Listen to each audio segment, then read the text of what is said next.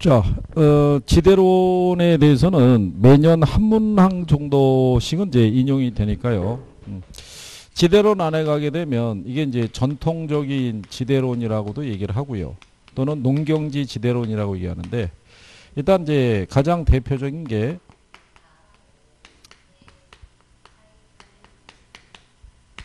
리카도의 이제 차액지대인데요. 일단 이 전통적 지대론에서는 일단 제일 많이 물어보는 게 지대 발생 원인이에요.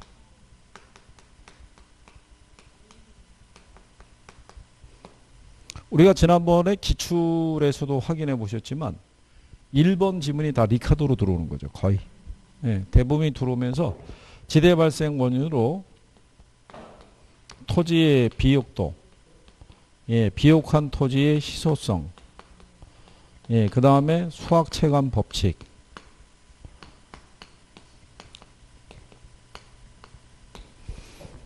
이게 이제 시험상에서 제일 많이 인용이 되는 게 이거예요. 리카도 입장에서. 그리고 이제 리카도에 의하면은 지대라는 것은 생산물 가격에서 생산비를 빼고 남는 게 지대인데 이게 다 같다고 보는 거예요. 모든 토지의 생산비는 동일하다. 그러면 지대는 이 생산물 가격의 크기에 의해서 결정이 되더라. 그러면 비옥도가 좋은 애들이 생산물에 대한 생산물이 많을 것이고, 그러면 남는 게 더 커진다라고 얘기하는데요. 대신에 이제 리카도의 논리는 최열등지 있죠. 최열등지라는 거는 생산물 가격하고 생산비가 일치하는 이 최열등지, 다른 말로 뭐라고 얘기해요? 한계지에서는 지대가 성립하지 않는다는 얘기죠. 그죠? 그리고 얘네는 위치 문제는 다루지 않았다는 거. 그러면 이제 가령 예를 들어서 여기 일단에 이렇게 토지가 있을 때요. 리카도는 모든 토지에서 밀을 재배한다고 가정한 거예요. 밀을. 그러면 얘를 재배하기 위해서 노동하고 그 다음에 자본이 있죠. 요게 투입이 돼서 거기에 대한 생산 요소에 대한 대가가 각각 50만 원씩 주어진다라고 가정해요. 그런데 이 토지에서 밀을 생산해서 벌어들인 수익이 100만 원이에요. 그러면 이런 얘기거든요. 생산물 가격에서 뭐를 뺀 거? 생산비를 빼고 남는 게 어떻게 돼요? 지대죠. 근데 생산물 가격이 100만 원이고요. 노동과 자본에 대한 대가 50만 원, 50만 원 합하면 100만 원이죠. 그러면 남는 게 없잖아요. 그죠? 이 토지를 뭐라고 그런다? 이걸 한계지라고 얘기를 해요. 한계지. 근데 가만히 보면 리카도의 논리에 따르면 생산에 대한 이 대가 있죠. 토지는 없어요. 노동과 자본에 대한 대가만 반영해줘요. 이유가 왜 그러냐면 리카도가 대표적인 고전학파 경제학자예요. 고전학파들은 이 토지를 자연물로 보지 생산 요소로 보질 않아요. 그러니까 얘는 생산에 대한 대가를 지불할 필요가 없는 거예요. 그러니까 얘를 제외한 다른 생산 요소 있죠. 얘네들에 대한 대가를 지불하고 그래도 만약에 남는 게 있으면 그 잉여가 토지의 가치를 결정해 준다. 이런 논리예요. 자체가. 근데 얘가 이제 이렇게 돼 있으면 얘가 무슨 토지가 되겠어요? 한계지죠. 근데 만약에 삐지라고 있어요. 삐즈는 생산물 가격 있죠. 이게 한 150만 원이 나와요. 그러니까 얘보다는 뭐가 좋다는 얘기예요. 비옥도가 좋다는 얘기예요. 근데 생산비는 어디나 다 똑같다고 그랬죠. 그러면 생산비 100만 원이에요. 그럼 남는 지대가 얼마예요? 그러면 요게 일종의 뭐냐면 초과이윤이에요. 지대라는 게. 그러면 이거를 B 토지를 경작하는 농부 있잖아요. 농부가 남는 이 초과이윤을 이 농부가 가져갈 수 있냐면 그렇지 못해요. 이걸 만약에 얘가 가져간다 그러면 여기는 한계지를 경제하고 있는 농부가 만약에 A라고 가정하면 얘는 여기 있는 지주에게 찾아와서 얘기하는 거예요. 나에게 이 땅을 경작하게 해주면 남는 차익 있죠. 이걸 너에게 뭐로 주겠다. 지대로 주겠다고 얘기하는 거예요. 그러면 이 농부도 자기가 가져갈 수는 없는 거예요. 경작권을 뺏길 수는 없으니까. 왜냐하면 이렇게 해서 이거를 뭐로 주더라도 지대를 주더라도 정상 이윤은 얻을 수 있는 거예요. 근데 농부의 입장에서는 가급적이면 사람의 심리가 그렇잖아요. 뭔가 수확이 많이 나오는 땅을 경작하고 싶지. 적은 양의 생산이 되는 곳을 경작하는 것보다는 이걸 더 선호하는 거예요. 생산자 입장에서는. 그렇기 때문에 이런 경쟁의 논리에 따라서 남는 잉여 부분이 경작자의 것으로 돌아가지를 못하고 지주에게 지대로 기속이 된다는 거예요. 그러면 이 다음에 얘보다 더 비옥도가 좋은 애가 있어요, 없어요? 있을 거 아니에요. 그러면 얘도 가격은 훨씬 많이 나오는데 생산비는 동일하겠죠. 그럼 남는 잉여가 크잖아요. 그러니까 이것도 역시 누가? 농부가 지대로 자기 수입으로 가져갈 수는 없다는 거예요. 그러면 왜 여기서 이런 차익이 발생하냐면 원래는 그 영국의 땅이 이렇게 있어갖고요. A지, B지, C지가 있었으면 처음에는 A지만 경작해도 됐었어요. 그때 제가 설명해 드린 거 기억하나요? 원래 영국에서는 밀이 100이 필요했으면 요 중에 자체 생산은 20만 하고요. 수입을 80을 했다고요. 그래서 수입을 해서 했던 거를 그 당시 영국에서 곡물법이라는 걸 제정해서 밀의 수입을 금지시켰어요. 금지시키게 되니까 처음에는 A지만 경작을 했을 때는 요것만 경작해서는 20을 생산하고도 남았던 거예요. 그럼 만약에 A지 안에서 농부가 요 땅을 요렇게 경작해서 밀을 재배하죠. 그럴 때 요 땅의 지주가 농부에게 지대를 요구를 할 수는 없었던 거예요. 지대를 요구한다 그러면 놀고 있는 땅이 많은데 네 땅을 경작을 해서 땅을 비옥하게 만들어준 것만 해도 감사하게 생각해야지. 무슨 사용료를 요구하느냐. 그러면 이 땅의 경작을 포기하고 다른 데로 가버리는 거예요. 그러니까 A지만을 경작했을 때는 뭐는 발생하지 않았다는 거예요. 지대는 발생하지 않았던 거예요. 근데 곡물 수입이 금지가 되니까 얘만 경작해갖고는 이게 충당이 안 되잖아요. 그러니까는 경작의 범위가 어떻게 돼요? 넓어지는 거예요. 넓어지면서 그때 비로소 생산성의 차이에 의한 이 차익이 발생하는 거예요. 그래서 그 차익이 결국 뭐로 지급이 될 수밖에 없다는 거예요? 지대로. 왜 그러냐면 그거를 지대로 지불하지 않으면 경작권을 뺏길 수 있다는 얘기죠. 그래서 이렇게 농작물의 재배 범위가 넓어지면서 그때 비로소 지대가 발생한다고 얘기하죠. 그래서 거기 보면 리카도에 의하면 곡물 수요의 증가가 재배 면적을 확대하게 된다라고 그랬죠. 그래서 토지에는 비옥도에 있어서 우등지하고 열등지가 있고 이 둘 사이에는 생산력의 차이가 생기게 되고 한계지인 열등지를 기준으로 해서 그보다 생산력이 높은 토지에 대해서만 뭐가 발생한다는 거예요. 예, 그래서 지대가 발생한다라고 얘기하는 거예요. 무슨 말인지 아시겠나요? 예, 그래서 그거를. 근데 이제 거기 그 양가로 5번에 가게 되면 토지의 위치 문제를 경시했고요. 토지 소유자의 요구가 있으면 최열등지에서도 지대가 발생한다는 것을 설명하지 못했다라고 그랬죠. 예, 그 논리를 설명해 준 사람이 마르크스예요. 예, 근데 여기 그 마지막에 보면은 양가로 6번에 지대는 토지 생산물 가격에서 결정된 결과이므로 그 가격을 결정하는 원인이 될 수 없다라고 얘기했죠. 그러니까 이게 이제 이런 거죠. 이렇게. 그래서 리카도는요, 이 곡물 가격이 있죠. 이게 상승해서 뭐가? 예, 지대가 상승한 것이라는 주장을 펼친 거예요. 곡물 수입이 금지가 돼갖고 밀 가격이 뛰니까 덩달아서 뭐가? 경작의 범위가 넓어지고 그로 인한 차익에 의해서 뭐가? 지대라는 게 발생한다. 이렇게 이제 얘기를 한 거고요. 이거랑 반대 논리를 펼친 사람이 누구냐면 그게 마르크스예요. 마르크스는 어떤 논리냐면 이거예요. 뭐가 상승해서? 지대가 상승해서 뭐가? 가격이 상승한 거니까 지대는 생산물 가격에 영향을 주는 생산 요소 중에 하나다 이렇게 주장한 거예요. 근데 리카도는 고전학파 경제학자니까 지대는 자연물이고 그렇잖아요. 이거는 생산물 가격에 의해서 지대가 상승한 것이지 지대가 생산물 가격에 영향을 주는 요소는 아니다라고 주장을 한 거예요. 무슨 말인지 아시겠어요? 그래서 이제 그 차이인데 이 부분은 이제 좀 이따가 설명해 드리고요. 그 다음에 두 번째 나오는 게 튀넨의 무슨 지대예요? 얘도 제목이 설명하는 거예요. 위치. 근데 요 위치 지대는 튀넨의 여기에서 이 지대 개념이 성립한 거예요. 지대 개념이. 그러면 튀넨의 위치 지대에서 지대 발생 원인이 있죠.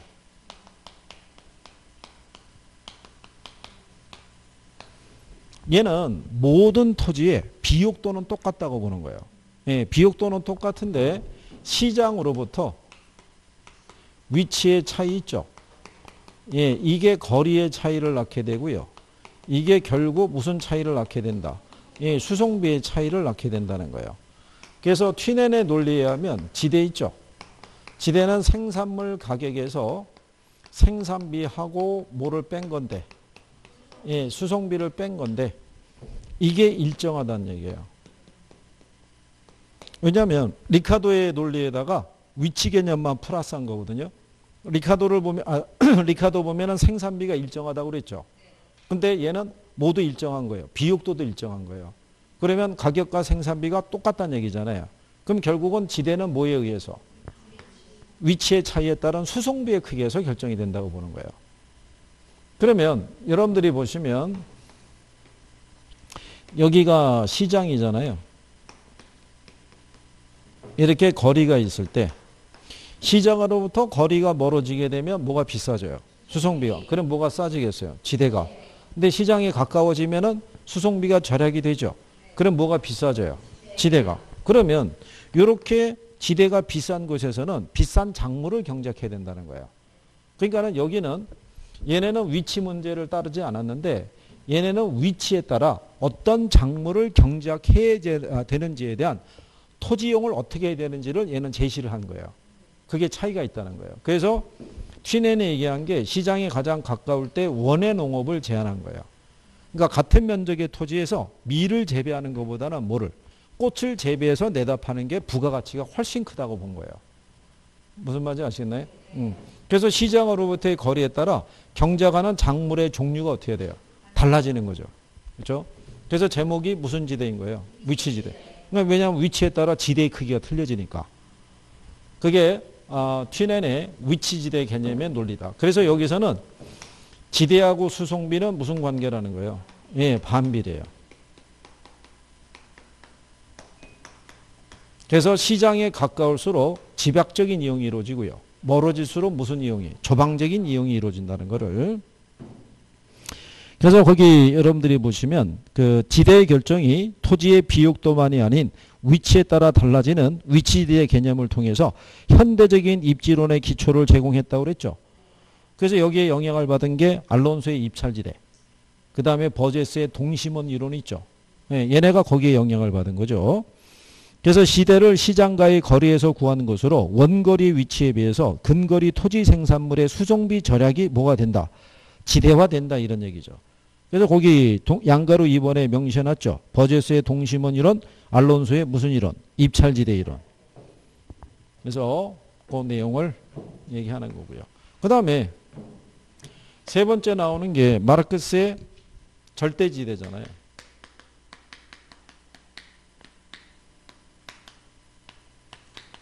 이게 요즘은 막 바꿔서 내요. 차액지대설에서는 비옥도보다는 위치를 중요시한다는 것이다. 뭐 이런 식으로 내기도 하고 그러는 거예요. 차액지대에서는 뭐를 중시하겠어요? 비옥도. 그냥 개념 그게 바꿔버리는 거예요. 그러면 여기 마르크스의 절대지대에서 지대 발생 원인이 있죠. 여기는 어디에서 비롯되냐면 토지의 소유에서. 토지를 소유하고 있다는 얘기는요. 이 토지에 대한 배타적인 권리가 있다는 거죠. 그죠? 그러면 지주는 토지의 위치라든가 비옥도에 관계없이 이 지대를 요구할 수 있다. 즉 지대를 정당화할 수 있다라고 얘기하는 거예요. 즉 남의 토지를 사용했으면 사유재산제도가 허용이 되는 나라에서는 무조건 남의 토지를 사용하면 뭐를 내야 되는 거예요. 네, 사용료 내야 된다 이런 얘기인 거예요. 그러니까 여기 있는 이 마르크스의 절대지대에서는 최열등지에서도 뭐가 성립하는 거예요? 네, 지대가 성립하는 거예요. 그죠? 자, 그랬을 때 이제 여기에 논리가 이거죠. 자, 생산물 가격이 있죠. 100만 원. 생산비 있죠. 100만 원. 그러면 지대가 어떻게 돼요? 제로잖아요. 이게 한계지잖아요. 한계지인데도 불구하고 여기는 지주는 뭐를 요구하는 거예요? 지대를 요구하는 거예요. 야, 관계없어. 그래도 남의 땅을 사용했으니까 내야 될 거 아니야. 사용료를. 그러면 농부는 어떻게 하겠어요? 내야 되잖아요. 그럼 어떻게 하겠어요? 여기서 이 상태에서 만약에 지대를 빼주게 되면 자기들의 정상 이윤도 안 나오는 거예요. 그러면 굶어 죽으란 얘기냐 이렇게 될 거 아니에요. 그럼 결국은 어떻게 하겠어요? 올릴 수밖에 없는 거죠. 생산물 가격을. 그러니까 뭐가 비싸졌으니까 지대가 비싸졌기 때문에 생산물 가격이 올라갈 수밖에 없는 거예요. 그러니까 결국은 지대라는 게 생산물 가격에 영향을 주는 생산 요소 중에 하나다. 이런 논리가 성립이 되는 거죠. 이해하시겠어요? 그러면 한계지에서는 절대지대가 성립하고요. 한계지 바깥이 있죠. 바깥에도 절대지대만. 근데 한계지 안쪽으로 들어가면 차액지대와 절대지대가 같이 존재해요. 그래서 이게 절대지대라는 거는 차액지대를 초과하는 부분이라고 얘기하는 거예요. 이게. 이해하시겠나요? 그래서 뭐가 얘기하냐면 제목이 얘기하는 거예요. 얘는 절대지대, 쟤는 무슨 지대, 위치지대, 쟤는 무슨 지대, 차액지대 이런 얘기잖아요. 그죠? 비옥도의 차이에서 발생하는 생산성의 차이가 다 지대로. 그죠? 여기는 위치에 따라 지대의 차이가. 여기는 무조건 지대가 성립한다는 얘기예요. 그죠? 네. 그래서 이것도 이 절대지대설에 따르면 최열등지에서는 지대가 성립하지 않는다. 그러면 틀릴 거 아니에요. 무슨 말인지 아시겠죠? 그러니까 그 포인트 되는 거를 바꿔서 내는 거예요. 그러니까 그런 정도만 정확하게 구별할 수 있으시면은 뭐 정리할 수 있죠.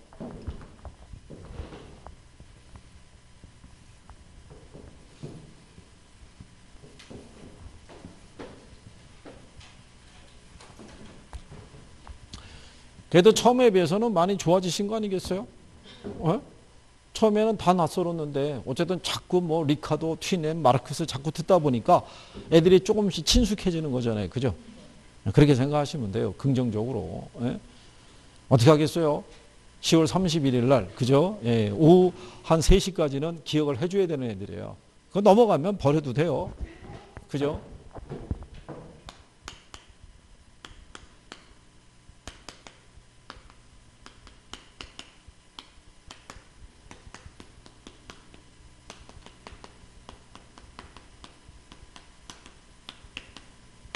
자, 알론소의 입찰지대라고 있죠.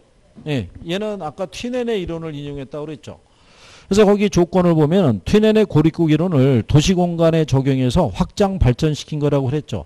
그러니까 운송비는 도심으로부터 멀어질수록 증가하고 재화의 평균 생산 비용은 동일하다는 가정을 전제한다고 그러죠. 그게 조금 아까 튀넨의 위치지대하고 똑같잖아요. 모든 토지의 비용도 똑같고, 예, 그 다음에 수송비는 시장으로부터 멀어질수록 증가하고요. 그죠? 그리고 운송비 절약분이 지대이기 때문에 도심 지역에 가까운 입지일수록 많은 지대를 발생시킬 수 있다고 했죠. 그리고 여기서의 지대는 바로 기업의 정상이윤과 생산비를 지불하고 남는 어디에? 잉여에 해당이 된다라고 얘기하는 거죠. 그죠? 그러면 도심 지역의 토지는 한정돼 있잖아요. 여기가 도심이잖아요. 그러면 도심에 위치한 토지 있죠. 접근성이 좋은 토지. 얘는 한정이 돼 있잖아요. 그럼 얘가 접근성이 좋다는 얘기는 이걸 기대할 수 있어요. 입지잉여를. 그러니까 입지잉여가 뭐냐면 일종의 초과이윤이에요. 근데 이 초과이윤은 경영을 잘해서 얻는 이윤이 아니라 목이 좋아서 얻는 이윤이다. 이런 얘기예요. 그러면 사람들이 이 토지를 차지하면요. 이 토지 현재 지대가 1,000만 원이래요. 사용료가. 근데 얘를 지불하면은 뭐를 얻을 수 있는 거예요? 입지잉여를. 그럴 때 우리가 이렇게 얘기했었죠. A, B, C 세 개가 있을 때 순영가가 얘가 700을 얻을 수 있고요. 얘가 500. 얘가 300만 원의 순영가를 얻을 수 있을 때 이게 초과이윤이에요. 각각. 그러니까 얼마를 지불하고 1,000만 원을 지불하고 이 토지를 사용하면은 이만큼씩의 초과이윤을 얻을 수 있다는 얘기예요. 그러면 이렇게 초과이윤을 얻을 수 있으니까 경쟁이 펼쳐질 거 아니에요. 그러면 토지 소유자는 누구하고 계약을 체결할지를 망설일 수밖에 없죠. 그러면 차라리 이 토지를 경매에 붙인다는 가정이에요. 입찰에 붙이게 되면 얘들이 입찰이 들어올 거 아니에요. 그 과정에서 호가가 높아질 거예요. 높아져서 이 토지의 지대가 1,700으로 상승해요. 그러면 1,700만 원을 지불하고 이 토지를 사용할 수 있는 업종은 A밖에 없어요. A는 700만 원까지는 추가로 지불할 수 있어요. 그 이상은 지불할 수가 없어요. 1,700까지 지불하면 정상이윤은 얻을 수 있어요. 그렇죠? 근데 초과이윤은 사라지지만, 그래서 우리가 입찰지대라는 것은 각 지점의 토지 사용자가 지불할 수 있는 최고 가격인 거예요. 그래서 초과이윤이 뭐가? 그렇죠. 0이 되는 수준의 지대예요. 그러니까 토지 사용자 입장에서는 더 이상 지불할 수 없는 것을 얘기하겠죠. 그러면 여기는 B하고 C는 못 들어오겠죠. 예. 그러고 난 다음에 그 다음에 나온 토지 있죠. 얘가 만약에 1,500으로 결정이 되면 B하고 C 중에는 누가 들어오겠어요? B가. 그 다음에 마지막에 있는 이 토지가 1,300으로 결정이 되면은 여기는 C가 들어올 수 있겠죠. 얘네 밑으로 이윤이 발생한 애들은 들어올 수가 없죠. 그럼 결국은 각 지점의 토지 사용자들이 지불할 수 있는 최고 가격이잖아요. 그래서 초과이윤이 뭐가 되나? 0이 되는 수준의 지대 또는 수년가가 0이 되는 지대라고 얘기하죠. 그래서 각 지점에 토지 사용자가 지불할 수 있는 최고 가격이 있죠. 예, 이거를 선택해서 연결한 선을 우리가 입찰지대 곡선이라고 얘기를 해요. 이해하시겠나요? 그래서 이제 거기 보시면은 자, 양가로 3번에 입찰지대라고 나오죠.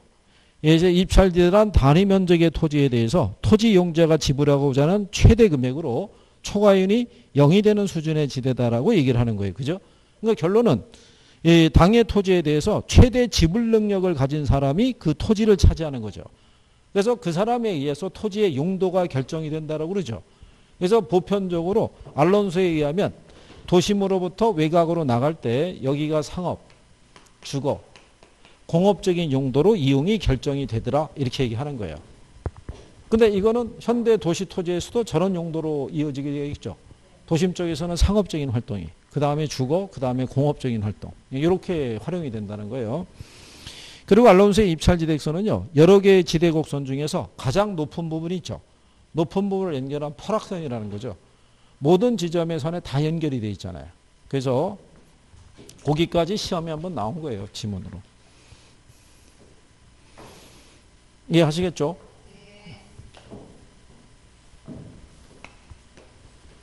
이게 이제 한번 시험에 나왔을 때요. 각 지점의 토지 사용자가 지불할 수 있는 최소 지불 용액이다. 그래서 틀리게 나온 적이 있어요. 네. 최소가 아니라 최대인데 이렇게. 그 다음에 이제 두 번째로 나오는 게 알프레드 마샬의 준지대죠. 그죠? 우리가 이제 앞에서도 배우셨지만 둔이라는 표현이 들어온다는 얘기는 엄밀히 말하면 뒤에 게 아니라는 얘기죠. 예, 이름만 이제 그렇게 붙였다라고 생각하시면 되죠. 그러면 이 사람은 지대라는 게 크게 두 가지가 있다라고 얘기했어요. 순수지대하고 준지대. 근데 순수지대는 토지와 같은 어디에서 자연물에서 얻게 되는 소득이 있죠. 예, 그거를 순수지대라는 거예요. 그래서 번역상의 표현은 자연의 은혜로운 선물에 의해서 발생하는 소득 개념이다 이렇게 얘기한 거예요. 인간의 노력에 의해서 발생한 건 아니란 얘기죠. 그런데 여기 있는 준지대는 누구에 의해서? 예, 인간에서 생산된 기계류 있죠. 예, 여기서 발생하는 소득을 얘기를 해요. 근데 인간이 만들어낸 여러 가지 생산물이 있을 거 아니에요. 걔들도 단기적으로는 공급이 제한될 수밖에 없다는 거예요. 그러면 단기적으로 수요에 비해서 공급이 부족하면은 가격이 오르겠죠. 그러면 일시적으로 얻는 이윤이 자연물인 토지로부터 얻는 소득과 유사하다고 그래서 준지대라고 명명을 해준 거예요. 그러면 토지 있잖아요. 기계류가 있었을 때 단기 있죠. 단기에 토지의 공급은 늘릴 수가 없죠. 근데 그거는 기계도 마찬가지죠. 그러면 이게 만약에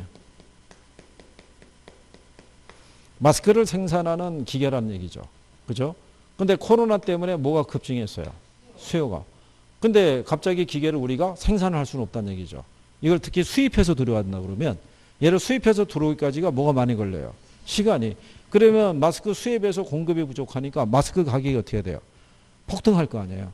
그러면 마스크를 생산한 사람들은 단기적으로 높은 가격을 받을 수 있으니까 많은 이윤을 가져갈 수 있어요, 없어요? 이게 이윤이 꽤 컸던 모양이죠. 저 그때 한번 언론에 나왔지만 마스크 생산하는 그 공장 사장이 그 자식에게 증여해 주려고 마스크 팔아서 생긴 돈이 100억인가 그랬다고 했어요. 그거를 줬다가 걸린 거라고요. 그거를. 그러니까 생산을 해서 물량을 아들에게 줬겠죠. 그럼 아들이 그 시장에서 내다 팔으니까 초반보다 훨씬 비싼 가격으로 거래되니까 그때는 중국 애들이 현금 싸들고 와가지고 줄 서서 기다렸다고 그랬어요. 생산만 하면은 이거 10몇억 줄게 20억 줄게 막 이런 식이었었다고요. 중국의 마스크 소비량이 얼마나 크겠어요. 그 인구에서 여기서 몇백만 장은 이건 뭐 세 발에 핀 거예요. 이거는 뭐 갖다 집어넣어봐야 티도 안 나는 거예요. 그죠? 그러니까 그때는 마스크 생산 애들은 돈 많이 버는 거죠. 그렇지 않겠어요? 근데 장기가 되잖아요. 얘는 여전히 생산이 안 되잖아요. 근데 얘는 생산이 되잖아요. 그러면 다시 같아지겠죠. 그러면은 이유는 소멸이 된다는 얘기죠.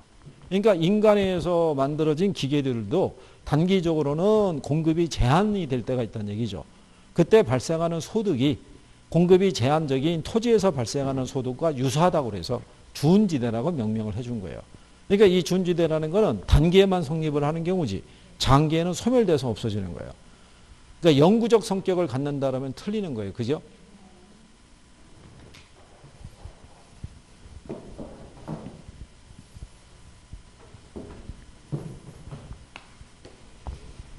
자, 그 다음에 이제 그 밑에 가면은 파레토에 무슨 지대가 있어요?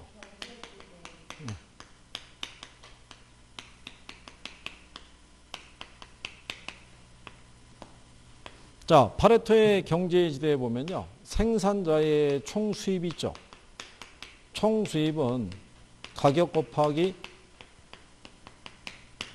수요량이라고 그랬을 때요. 가격 곱하기 수요량. 생산자의 총 수입은 전용 수입하고요. 경제지대의 합으로 이렇게 돼 있어요. 근데 여기서 전용 수입이 있죠. 그 다음에 경제지대가 있을 때 이 전용 수입이라는 건요. 생산자의 기회병의 성격인데 생산자가 생산을 하기 위해서 받아야 될 최소한의 보수 개념이에요. 그죠?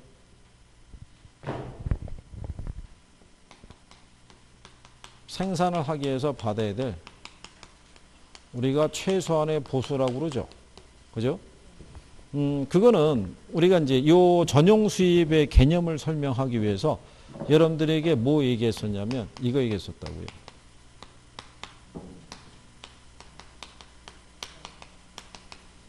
기억나나요? 네, 그거 얘기한 거예요. 자, 우리나라 현직 변호사가 이 시험 봤다고 그랬죠. 그래서 필기는 합격을 했어요. 그때 이게 화제가 돼가지고 언론사에서 인터뷰하겠다고 면접 장소에 진을 치고 있어서 이 사람이 안 나타났다고 그랬죠. 근데 국공무원으로 재직을 해서 연봉이 3천을 받을 수 있고요. 변호사로서의 업무를 수행해서 연봉을 3천을 받을 수 있다 그러면 일반적인 상식으로는 이 사람은 변호사로서의 지위를 계속 유지하려고 했을 거예요. 사회적인 인식이 조금 더 높다고 보니까. 그런데 이 사람이 이 시험을 응시했다는 얘기는 이걸 통해서 얻는 수익이 여기에 못 미쳤다는 얘기죠. 그죠? 그러면 전용 수입의 의미가 그거예요. 현재의 직업을 계속 유지하기 위해서 받아야 될 최소한의 보수. 그죠? 생산자가 생산을 하기 위해서 받아야 될 최소한의 보수 있죠. 예. 그게 전용 수입이라는 거예요. 그죠? 그러면 경제지대라는 거는 생산자의 총 수입에서요. 뭐를 빼고 남는 거. 예, 전용 수입을 빼고 남는 게 경제지대. 그러니까 일종의 초과연인데 우리가 이렇게 했었죠. 자, 시장 가격이 1,000원일 때요. 100개가 이렇게 생산이 돼요. 근데 생산자는 100개를 생산하기 위해서 최소한 받아야 될 비용이 있겠죠. 그게 최소한 생산비는 충당이 돼야 돼요. 생산비가 충당이 안 되면 생산자는 생산할 이유가 없어요. 그래서 이 사람은 한 800원만 받으면 생산비가 충당이 돼요. 요게 전용 수입이에요. 이게. 근데 시장 가격이 얼마에? 1,000원에 결정이 되면 이만큼의 이윤이 발생하겠죠. 이게 경제지대예요. 그래서 생산자의 총 수입은 전용 수입과 경제지대의 합으로 되어 있는 거예요. 무슨 말인지 아시겠나요? 우리가 경제할 때 이렇게 해봤잖아요. 균형 가격 할 때. 이렇게 해서. 그래서 이 경제지대의 크기는 공급이 비탄력적일 때, 희소할 때 커지는 거예요. 이게. 그래서 이 기울기가 이렇게 급해지게 되면요. 전체 수입에서 뭐가 차지하는 비중이, 경제지대가 차지하는 비중이 커지는 거예요. 희소하면 희소할수록. 그래서 제가 그때 뭐라 그랬냐면, 대형 로펌에 있는 변호사들 있죠. 걔네들 연봉이 1억 이상이 돼요. 그죠? 그러면 일반 변호사보다 높은 보수를 받는 이유가 뭐겠어요? 대형 로펌에 스카우트 돼 가는 사람들은 사법고시 연수원의 성적이 수석 이러는 사람들이에요. 그럼 생각해보세요. 그 숫자 한 1000명 중에 수석은 몇 명밖에 없어요. 네. 그러니까 스카우트 돼 가는 거예요. 높은 연봉을 보장을 받고 희소할수록. 그렇겠죠? 그러니까 그래서 우리나라에서는 옛날에 보면 그런 선수 있잖아요. 무슨 뭐 골프하면은 박세리, 뭐 야구하면은 박찬호, 뭐 이런 그다음에 뭐 피겨스케이팅하면 김연아, 뭐 이런 선수들이 있었잖아요. 걸어다니는 중소기업이잖아요. 그렇잖아요. 네. 그러면 그 친구들이 그 젊은 나이에 그렇게 많은 수익을 얻을 수 있다는 얘기는 실력이 그만큼 어떻게 독보적이었다는 얘기죠. 그 정도의 실력을 갖고 있는 사람들이 전 세계에 수만 명 있으면 그 정도의 수입은 올릴 수가 없는 거예요. 그거 얘기하는 거예요. 그래서 여러분들이 왜 지대 추구행위라고 하시죠?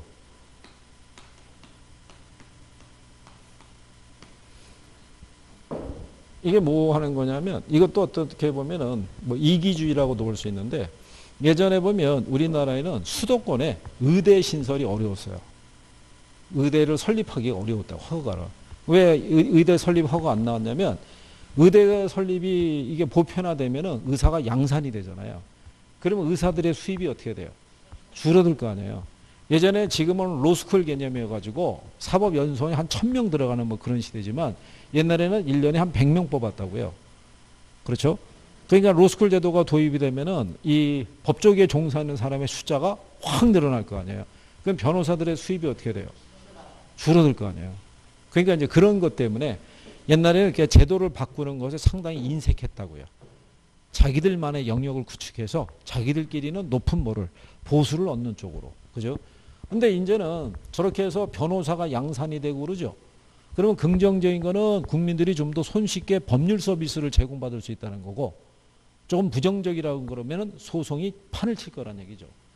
이게 옛날 같으면은 이웃끼리 그냥 웃고 넘어갈 수 있는 일도 무조건 뭐로 붙겠어요? 무조건 소송으로 붙는 거예요. 그러면 이제 머리 아파지는 거예요. 그러면 이제 층간소음 문제 있죠. 무조건 변호사 사서 소송 붙을 거라고요. 그게. 그래서 미국 애들은 19이 변호사라는 거 아니에요.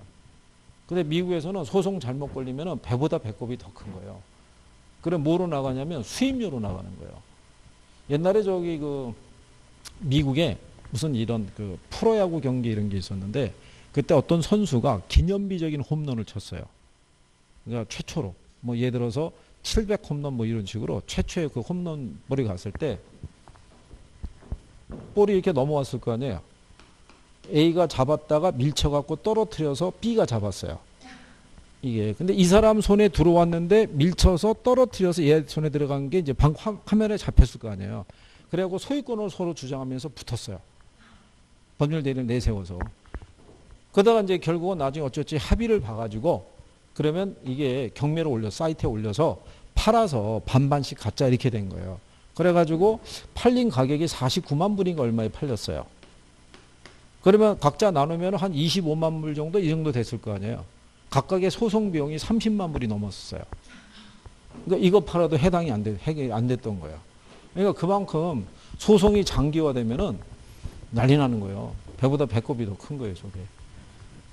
근데 뭐 그렇게까지야 뭐 하겠나 어쨌든 간에 어쨌든 변호사의 숫자가 늘기는 많이 늘어난 거예요. 그죠? 요즘 변호사 하시는 분들도 영업 뛰어야 돼요. 명함 들고 막 돌아다녀야 돼요. 안 그러면 사건 수임받기 힘들잖아요. 저게.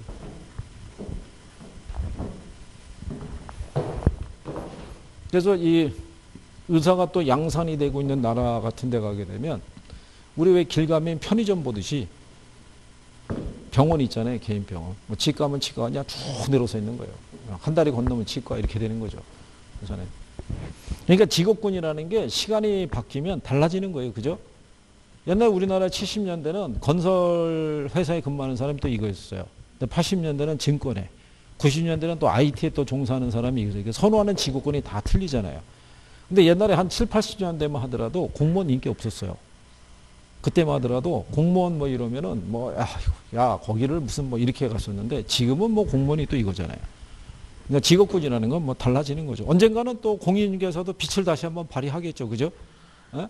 아니, 공인중개사도 이게 선비사자 들어가는데, 그죠? 의사나 변호사나 뭐 검사나 판사나 다 같잖아요. 그죠? 근데 일단은 돼야 이것도 우리도 주장해 볼 수 있어요. 일단은. 잘 해보시면 될 거고. 자, 그 다음에 요거 한 거는 기억하시죠?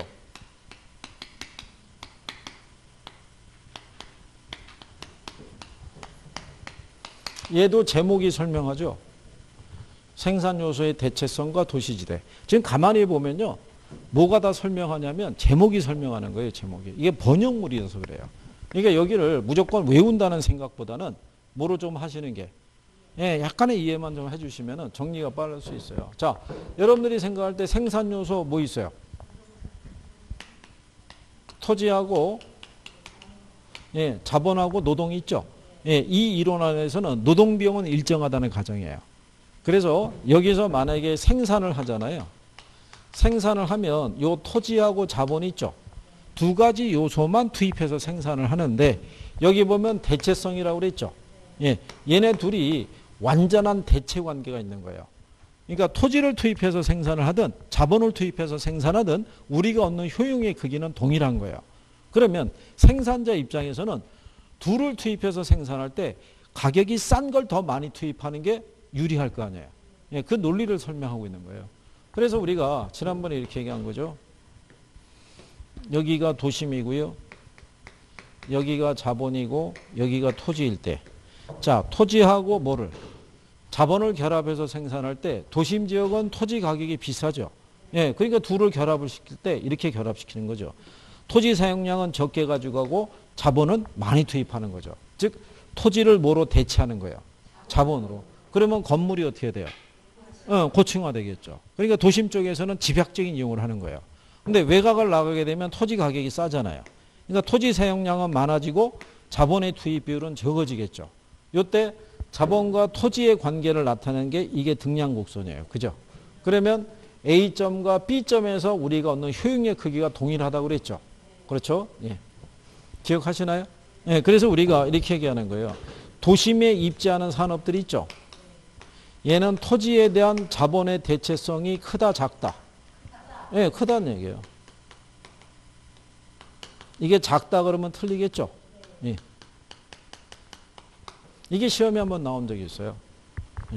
그래서 이해를 하시면은 이게 구별할 수 있다는 거죠.